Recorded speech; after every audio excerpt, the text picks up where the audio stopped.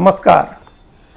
5 राज्यों में विधानसभा के चुनाव चल रहे हैं और इन चुनावों में जो सबसे ज़्यादा दिलचस्प चीज़ हो रही है, जिस पर सबसे ज़्यादा नज़र रखने की ज़रूरत है या जिसका सबसे ज़्यादा प्रचार हो रहा है, वो है मुफ्त की चीज़ें और सेवाएं बांटने का जो अभियान है उसका। प्रधानमंत्री नरेंद्र मोदी ने इसको मुफ्त की रेवड़ी कहा था और सुप्रीम कोर्ट भी इस पर विचार कर रहा है कि किस तरह से ये चुनाव के पहले जो मुफ्त की चीज़ें और सेवाएं बांटने की जो घोषणाएं हो रही हैं उनको कैसे रोका जाए, उनको कैसे काबू में किया जाए। हालांकि इसको लेकर के सुप्रीम कोर्ट के मन में भी शंका है। तभी अदालत ने कहा, इस पर नोटिस जारी करते हुए कहा कि चुनाव के पहले क्या चुनावी वादे करने पर रोक लगाई जा सकती है। चुनावी वादे करने पर रोक नहीं लगाई जा सकती है। तो जब से चुनाव चल रहा है तब से सभी पार्टियां कोई ना कोई चुनावी घोषणा करती हैं, वादे करती हैं। लेकिन अभी पिछले कुछ दिनों से चुनाव जीतने का जो एक सबसे सहज फॉर्मूला हो गया, जो सबसे आसान फॉर्मूला हो गया है, वो ये है कि मुफ्त की चीज़ें बांटने की घोषणा कर दो, लोगों को मुफ्त की चीज़ें देने की घोषणा कर दो, मुफ्त की सेवाएं देने की घोषणा कर दो और दे भी दो, क्योंकि उस पर कोई बहुत ज़्यादा खर्च नहीं आता है। हालांकि मुफ्त की चीज़ें बांटते बांटते कई राज्यों की आर्थिक स्थिति बहुत खराब हो गई है। कई राज्योों की वित्तीय स्थिति बहुत खराब है। उनके ऊपर अपने जीडीपी के 35%, 40% तक का कर्ज हो गया है और वो अपनी कुल कमाई का 20%, 30%, 35% तक ब्याज भर रहे हैं कर्ज के ऊपर। इसके बावजूद राज्य मुफ्त की घोषणाएं करने से बाज नहीं आ रहे हैं, क्योंकि उनको चुनाव जीतने का ये सबसे आसान फॉर्मूला मिल गया है। पहले भी वादे किए जाते थे और पहले भी कई मुफ्त की चीज़ें बांटी जाती थी, लेकिन वो सब लोक कल्याणकारी स्टेट के तौर पर जो करना जरूरी होता था, जो जीवन की बुनियादी चीज़ों से जुड़ी हुई जो ज़रूरतें थी, बुनियादी ज़रूरतें थी, उनको पूरा किया जाता था। और वो भी एक योजना के तहत सरकारें करती थी, राज्यों में भी अलग अलग सरकारें, और एक दूरगामी दृष्टि के साथ एक रणनीति बना करके संरचनागत ढांचागत विकास किया जाता था, जिससे रोजगार के अवसर भी बने और लोगों की मुश्किलें भी दूर हो।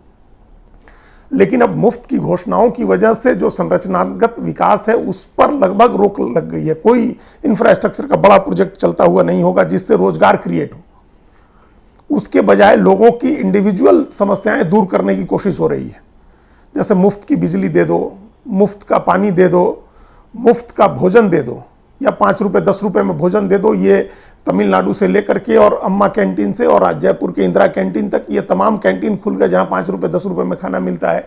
तो मुफ्त का या सस्ता खाना दे दो, मुफ्त की बिजली दे दो, मुफ्त का पानी दे दो, मुफ्त में बस यात्रा करा दो, मुफ्त में रसोई गैस का सिलेंडर दे दो, मुफ्त में आवास दे दो, मुफ्त में शौचालय बना दो घरों में, और मुफ्त का अनाज बांट दो, 5 किलो तेल बांट दो, नमक बांट दो, इस तरह की चीज़ें बांट दो। यात्रा मुफ्त में करा दो, तीर्थ यात्रा मुफ्त में करा दो। ये तमाम चीज़ें हो रही हैं और इन चीज़ों के ये हर राज्य अपने अपने तरह से इसकी घोषणा कर रहे हैं। चाहे किसी का भी राज्य हो, प्रधानमंत्री ने भले कह दिया कि मुफ्त की रेवड़ी है, लेकिन उनके यहाँ भी, उनके भाजपा के शासन वाले राज्यों में भी ये इस चीज़ें इसी तरह से बट रही हैं। कहीं सिलेंडर सस्ता किया जा रहा है तो कहीं सिलेंडर मुफ्त में देने की बात हो रही है। तो ये तमाम इस तरह की चीज़ें चल रही थी। अब इस चुनाव में उसका एक नेक्स्ट लेवल देखने को मिला है। मध्य प्रदेश में कांग्रेस पार्टी की नेता प्रियंका गांधी वाड्रा ने कह दिया कि अब नर्सरी के जो बच्चे होंगे, जिनका नर्सरी में दाखिला होगा, उनको भी 500-500 रुपये दिए जाएंगे। अभी तक तो क्या महिलाओं को रुपए दिए जा रहे हैं, कहीं मध्य प्रदेश सरकार 1250 रुपये दे रही है, कहीं 3000 रुपये दे, आम आदमी पार्टी की सरकार पंजाब में दे रही है 1000 रुपये महीना। तो इस तरह के ये कहीं 1500 रुपये देने का वादा किया गया है, कांग्रेस ने 1500 देने का वादा किया है। तो इस तरह से मुफ्त में वयस्क महिलाओं को पैसे, नगद पैसे देने का काम चल रहा है। किसानों के खाते में 500 रुपया महीना प्रधानमंत्री डाल रहे हैं किसान सम्मान निधि के नाम पर, हर साल 6000 रुपये दिए जा रहे हैं। तो अभी तक तो ये चल रहा था। अब नर्सरी के बच्चे को भी पैसा दिया जाएगा, 500 रुपये, 6ठी क्लास तक, फिर उसके बाद 10वीं तक 1000 रुपये, फिर 12वीं तक, 11वीं 12वीं के बच्चों को 1500 रुपये महीना दिया जाएगा। अब सोचें कि किसी के घर में अगर 2 बच्चियाँ हैं, 2 छात्र हैं जो 11वीं 12वीं के, तो उनको 3000 रुपया उसका महीना आएगा। अगर 2 वयस्क महिलाएं हैं तो 3000 रुपया उसका आएगा। कोई किसान में अगर रजिस्टर्ड है तो उसको 500 रुपये का महीना अलग आएगा, और बाकी तमाम चीज़ें मुफ्त में जो मिलती हैं सो मिलती रहेंगी। तो ये किस तरह का कल्चर इससे डेवलप होगा, सोसाइटी किस तरह की बनेगी, समाज कैसा बनेगा। राज्यों की वित्तीय स्थिति पर तो जो असर पड़ रहा है वो असर पड़ ही रहा है, लेकिन इससे समाज कैसा बनेगा। जो एक बड़ी आबादी के मन में ये नहीं होगा कि क्यों कुछ काम करना है, जब इस तरह से नगद पैसे मिल रहे हैं और तमाम दूसरी चीज़ें मुफ्त में मिल रही हैं या सस्ती मिल रही हैं, तो क्यों उसको वो उद्यमशीलता की तरफ आकर्षित होगा, पढ़ाई कुछ नया करने के बारे में सोचेगा? या कहीं जो बाहर जाकर के ही जो प्रवासन होता है और जो मजदूरी करते हैं या जाकर के दूसरे कॉग्निटिव स्किल वाले काम करते हैं, उसमें भी कोई क्यों जाना चाहेगा? तो ये एक बड़ा सवाल है, उस पर विचार होना चाहिए। खैर, उस पर अभी हम लोग विचार नहीं कर रहे हैं।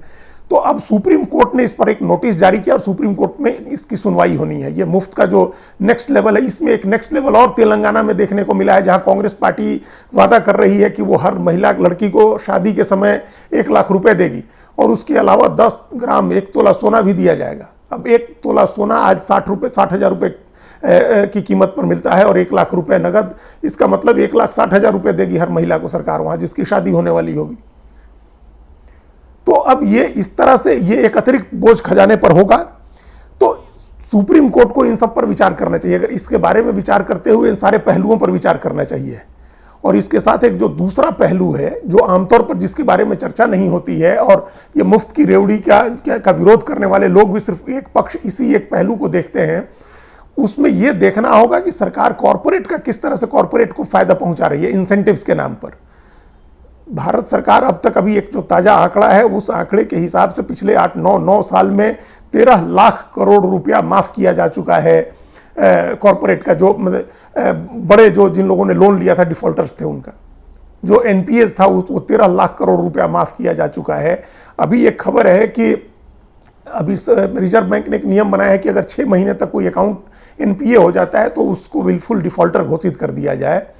अभी जो 50,000 करोड़ का विलफुल डिफॉल्टर्स के यहाँ पैसा बाकी है, इस नीति के चलते वो 3.5 लाख करोड़ रुपए हो जाएगा। विलफुल डिफॉल्टर्स के यहाँ 3.5 लाख करोड़ रुपए का कर्ज बाकी हो जाएगा।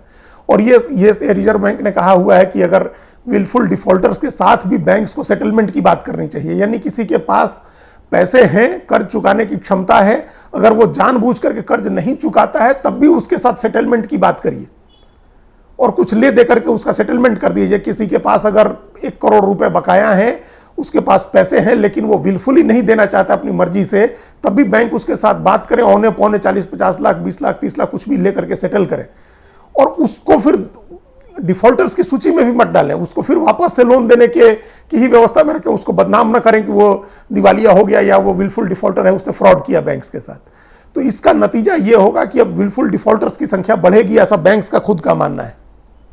तो एक तरफ एनपीए जो है वो बैंक्स का जो बुक्स है उसको ठीक करने के लिए वो लोन बट्टे खाते में डाले जा रहे हैं लाखों करोड़ रुपए के। लाखों करोड़ रुपए का विलफुल डिफॉल्टर्स का लोन जाएगा। जो एनसीएलटी में केसेस सेटल हो रहे हैं, हजारों करोड़ रुपए की, लाखों करोड़ रुपए की संपत्ति और कौड़ियों के मोल लोगों को दी जा रही है। तो इस पर भी विचार करना होगा। सुप्रीम कोर्ट जब विचार करे मुफ्त की रेवड़ी पर कि किस तरह के चुनावी वादों पर रोक लगाई जाए, क्या मुफ्त की रेवड़ी है, क्या लोक कल्याणकारी राज्य के नाते भारत सरकार और राज्यों के सरकारों की जिम्मेदारी है, जब ये विचार करे, इसके बारे में कोई फैसला करे, कुछ तय करे, तो उस समय यह भी देखना होगा कि बड़े कॉरपोरेट्स को इंसेंटिव्स के नाम पर जो चीजें दी जा रही हैं उसको भी इसी मुफ्त की रेवड़ी की श्रेणी में ला करके और उसके बारे में भी विचार करें। और अगर जरूरत, इस पर अगर कहीं रोक लगाने की जरूरत है ताकि फिस्कल हेल्थ ठीक हो स्टेट्स का, तो ये मुफ्त के जो इंसेंटिव्स दिए जा रहे हैं बड़े कॉरपोरेट को, बड़े उद्योगपतियों को, कारोबारियों को, उस पर भी रोक लगाने का काम होना चाहिए। ये एक बहस शुरू हुई है कोर्ट में चुनाव के बहाने, जो हर पार्टियां अलग अलग बड़ी बड़ी घोषणाएं कर रही हैं, उसी बहाने इसकी शुरुआत हुई है। तो इसको हर वर्ग, हर तबके के ऊपर रख करके, उनकी स्थितियों को देख करके कि किसको क्या इंसेंटिव दिया जा रहा है, किसको क्या मुफ्त की रेवड़ी दी जा रही है और क्या इंसेंटिव मुफ्त की रेवड़ी नहीं है, इन बड़े सवालों पर भी विचार करना चाहिए अदालत को। धन्यवाद।